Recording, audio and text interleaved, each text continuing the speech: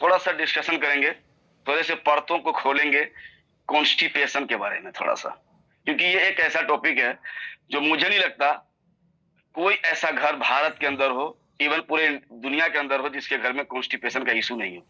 कम से कम एक से या दो फैमिली मेंबर को होना ही होना है। क्यों होता है, तो इसको थोड़ा सा आज समझेंगे, परत खोल खोल करके। चलिए समझते हैं। सबसे पहले समझते हैं आसान भाषा में। कॉन्स्टिपेशन शब्द ही हैवी है, इसको थोड़ा आसान करते हैं। कब्ज, कब्ज बोलते हैं। और कॉन्स्टिपेशन को अगर सरल भाषा में कहा जाए तो सिंपल सी बात है, जब पेट को साफ होने में दिक्कत आए, परेशानी आए, कठिनाई हो, और जब हम सुबह जब टॉयलेट जाते हैं और जब हमारा स्टूल निकल रहा हो और वो कठोर हो, पेट को सफाई करने में जब मल कठोर हो, हफ्ते में हफ्ते में 3 बार से कम मल त्याग हो, यानी टॉयलेट फ्रेश ना हो पाए, 3 बार या 4 बार, 4 बार से कम हो, और मल को निकालने में आपको जोर लगाना पड़े, ताकत लगाना पड़े, इस सिचुएशन को ही कब्ज कहते हैं, कॉन्स्टिपेशन कहते हैं। आई होप सबको कब्ज आज क्लियर, मैं कोशिश किया बता देने का, यही कब्ज है। अगर ऐसा किसी के साथ है तो वो आज अभी तुरंत सक्रिय हो जाए और इससे निजात पाने की कोशिश करें। अब समझते हैं इसके कारण क्या है, क्योंकि जब भी कोई प्रॉब्लम बॉडी में होता है तो उसका कोई ना कोई तो कारण होता है। तो कारण को समझते हैं। सबसे बड़ा कारण है, और ये इतना बड़ा कारण है कि मैं समझता हूं आप चार्ट की डेट में आप किसी का भी बीएमआई कर लो, उसका हाइड्रेशन लेवल कम आता है मैक्सिमम टाइम पे। क्योंकि सबसे बड़ा कारण कॉन्स्टिपेशन का है पानी की कमी, और हम लोग वाटर इनटेक पर ध्यान देते ही नहीं कि कितना पानी पीना चाहिए। तो आज सिंपल सा एक फॉर्मूला है जिसे रट लेना है, सारे लोगों को रट भी लेना है, और आसपास के समाज जिनसे भी हम मिलते हैं उनसे रटवा देना है। फॉर्मूला क्या है? 20 केजी वजन पर 1 लीटर पानी मिनिमम, इससे कम नहीं हो सकता। अब हिसाब लगा लें, अगर आपका वजन 60 किलो है तो आपको 3 लीटर पानी एनी हाउ पीना होगा, अदरवाइज आप कॉन्स्टिपेशन के मरीज हो सकते हो, और इनसे जुड़ी काफी सारी बीमारियों का कारण बन सकता है।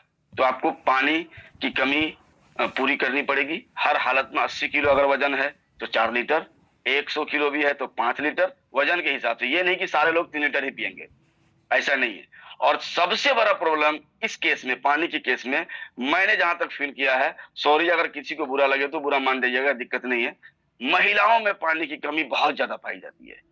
मैं कल भी 6-7 महिलाओं से मैं मुलाकात किया मैंने, और उसमें सारे का यही कहना था कि पूरे दिन में 4 से 5 गिलास पानी पीते हैं। इट मीन्स 1 से 1.5 लीटर। अब बताओ, 3 लीटर, 2.5 लीटर से कम तो कोई मतलब ही नहीं बनता। 50 किलो से कम का आज की डेट में कौन है? और 50 किलो का आदमी अगर 1.5 लीटर पानी पी रहा है तो ऑब्वियसली उसको तो पेट संबंधी समस्याएं आनी ही आनी है, उसे कोई नहीं रोक सकता। तो थोड़ा सा जागरूक होना होगा, खुद को समझाना होगा कि पानी पीना ही पड़ेगा। पानी कोई नीम का कड़वा घूंट नहीं है कि पीने में दिक्कत हो। तो नेक्स्ट जो कमी है वो है, नेक्स्ट जो कारण है वो है फाइबर की कमी। बिल्कुल, फाइबर को हम लोग बहुत ही ज्यादा अंडर एस्टिमेट करते हैं। हालांकि पिछले दिनों फाइबर के लिए सुबह का जबरदस्त सेशन चला था, जो प्रीति मैम ने ली थी, और गजब का सेशन था वो। शायद मैं नाम मिस कर रहा हूँ, सॉरी, सीरत मैम ने ली थी। और फाइबर की कमी, फाइबर की कमी कहां से पूर्ति होगी? क्योंकि मैक्सिमम लोगों को तो फाइबर पता ही नहीं है। फाइबर एक ऐसा इंग्रेडिएंट है जो आपको हर हरी सब्जियों में, सलाद के सारे आइटम्स में, और थोड़ा बहुत अनाज में भी मिल ही जाता है।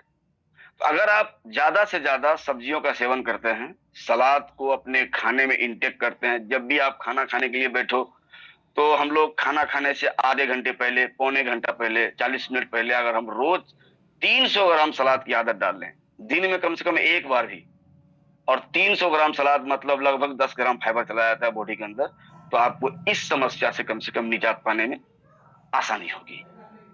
और कमाल की बात है कि मैंने 10 ग्राम की बात की, तो चलिए ये भी बता देते हैं कि पूरे दिन में कितना ग्राम फाइबर चाहिए। तो पूरे दिन में हमें कम से कम 30 ग्राम फाइबर तो एटलीस्ट हर हालत में बॉडी में जाना चाहिए।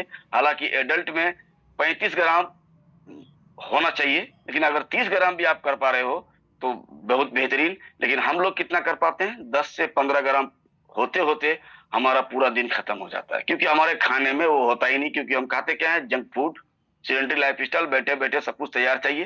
तो रेडीमेड फूड खाते हैं, उसमें जीरो फाइबर होता है या न के बराबर होता है। उसे जीरो ही समझो। तो उस तरीके से अपने भोजन पे ध्यान देना होगा। और सबसे इंपॉर्टेंट, अनियमित भोजन, यानी समय का कोई टाइम का ना होना। नाश्ता 10 बजे कर रहे हैं, लंच 4 बजे कर रहे हैं, डिनर 12 बजे कर रहे हैं, बिल्कुल नहीं चलेगा। और अगर चलाने की कोशिश करोगे इस लाइफ स्टाइल को, तो 100% हेल्थ इशू आने आने हैं। और वो भी हेल्थ इशू कब्जियत के रूप में आएंगे, गैस के रूप में आएंगे, कोलोन डैमेजेस के से संबंधित आएंगे, और बहुत ही खतरनाक रूप ये लेगा।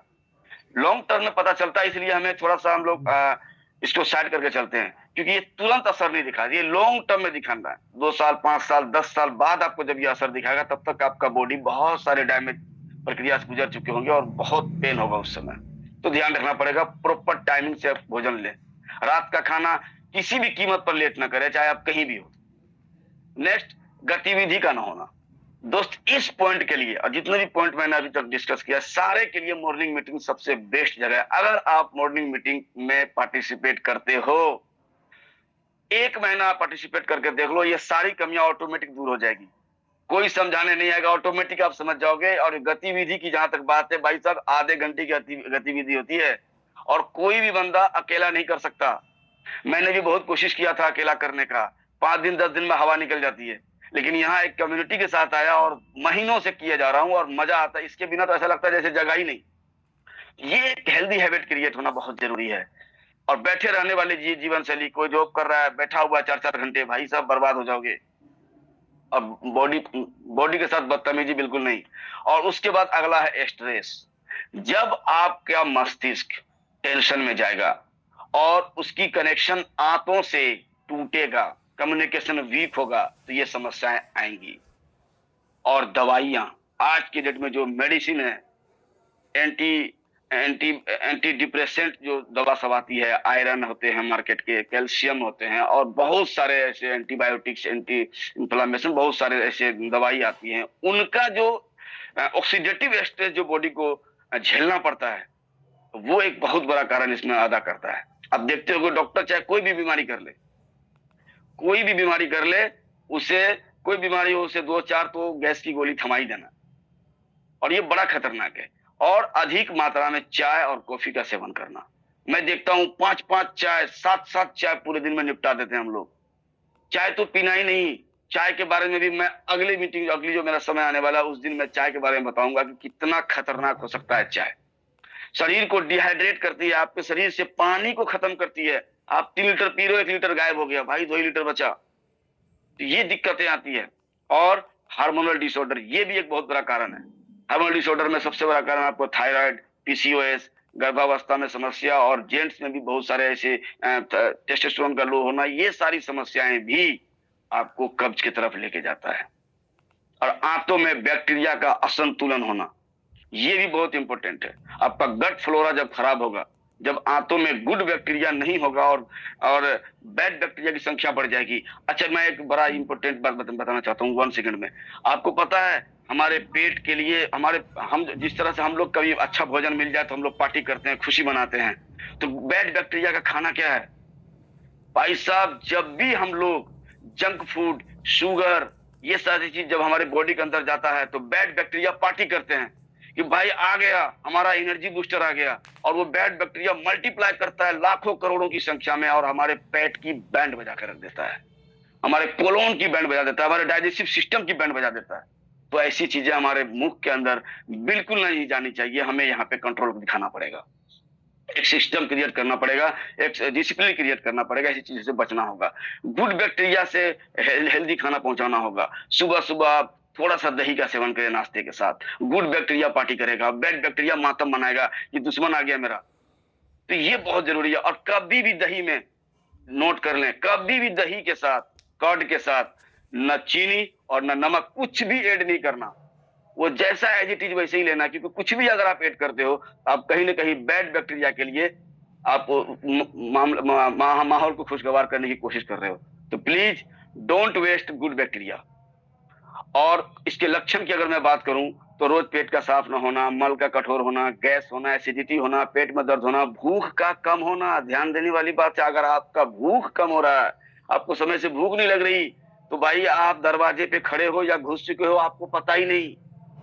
सिर में दर्द रहना, चिड़चिड़ापन हो जाना, पेट में भारीपन और सुस्ती फील होना, मुहांसे आ जाना, इंपॉर्टेंट, मुहांसे भी आ जाना, स्किन का खराब होने लग जाना, डल हो जाना स्किन, और सांसों से बदबू आने लग जाना, ये सारे लक्षण कॉन्स्टिपेशन के हैं। अब एक इंपॉर्टेंट मैं रिलेशन दिखाना चाहता हूँ। मोटापा और कॉन्स्टिपेशन का बहुत खतरनाक रिलेशन है भाई साहब, बहुत खतरनाक। कब्ज होने से मल लंबे समय तक आपके पेट में रुकता है, टॉक्सिन शरीर में जमने लगता है और मेटाबॉलिज्म धीरे धीरे शुरू होने लगता है। और इसका परिणाम क्या होता है? इसका परिणाम होता है आपका वेट गेन होना स्टार्ट हो जाता है।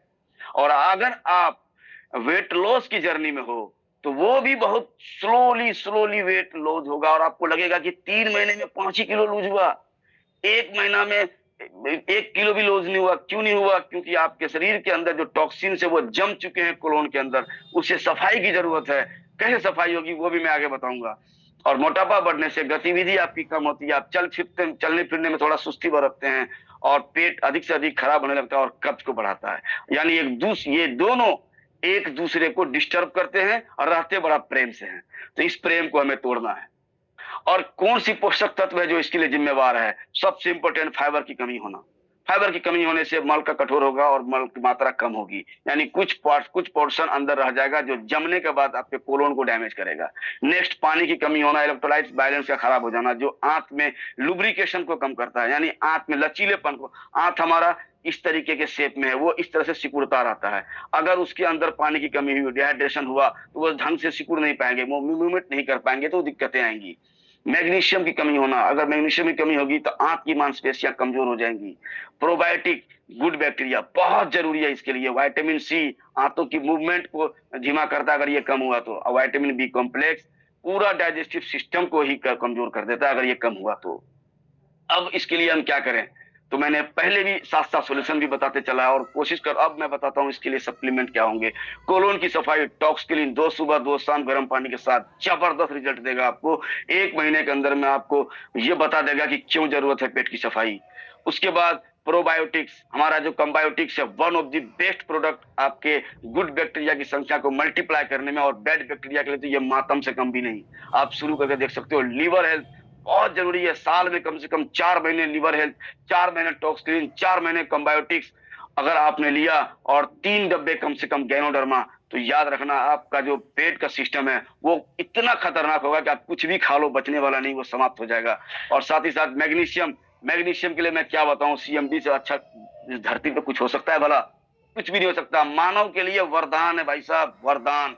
और साथ ही साथ विटामिन सी, इसको कभी भी अंडर एस्टिमेट मत करना, क्योंकि एक दिन के विटामिन सी को पूरा करने के लिए आपको 6 संतरे खाने होंगे। क्या आप खा सकते हैं 6 संतरे? आप सोच के देखो, 6 संतरे बराबर एक दिन का विटामिन सी। इससे अच्छा हम 3 स्प्रे लगा देंगे विटामिन सी एब्जॉर्बिट का, हमारा पूरे दिन का कोटा पूरा हो जाएगा। तो ये भी सोचने वाली बात है। विटामिन सी एक नींबू से नहीं आता, और लगातार नींबू का सेवन करने से भी और सारी दिक्कतें आ सकती है। तो एडिक्वेट अमाउंट में सही विटामिन सी चाहिए। नेक्स्ट, एलोवेरा आप ले सकते हैं। तो इस तरीके से आप इन सारे सप्लीमेंट्स को लेके कब्ज से बच सकते हैं लॉन्ग टर्म के लिए। और ये देखिए, ये मेरा एक घोल तैयार है और इसमें है क्या? इसमें वही सारी चीजें हैं जो मैंने अभी आपको डिस्कस किया। मैं इसे खोलकर गर्म पानी के साथ लेता हूँ पिछले सालों से, और मेरा जो डाइजेस्टिव सिस्टम है ना, वो लोगों ने सिंगापुर, मलेशिया ट्रिप पे देखा है। मुझे बहुत मजा आता है क्योंकि मेरा पेट कभी डिस्टर्ब नहीं होता। तो थैंक यू। मैं आशा करता हूँ कि मैं थोड़ा सा वैल्यू ऐड कर पाया हूँ आपकी लाइफ में। Thank you very much. मेरा टाइम खत्म होगा। Thank you sir. Over to you. Thank you so much Iqbal sir, बहुत ही वंडरफुल शेयरिंग आपकी, बहुत ही जबरदस्त शेयरिंग गट के ऊपर। और गट ही तो सब कुछ चलाता है हमारी बॉडी के अंदर, है ना। There is a direct nexus between gut and brain. तो ये सारी चीज आपने बहुत अच्छे से समझाई। आई होप सबने इस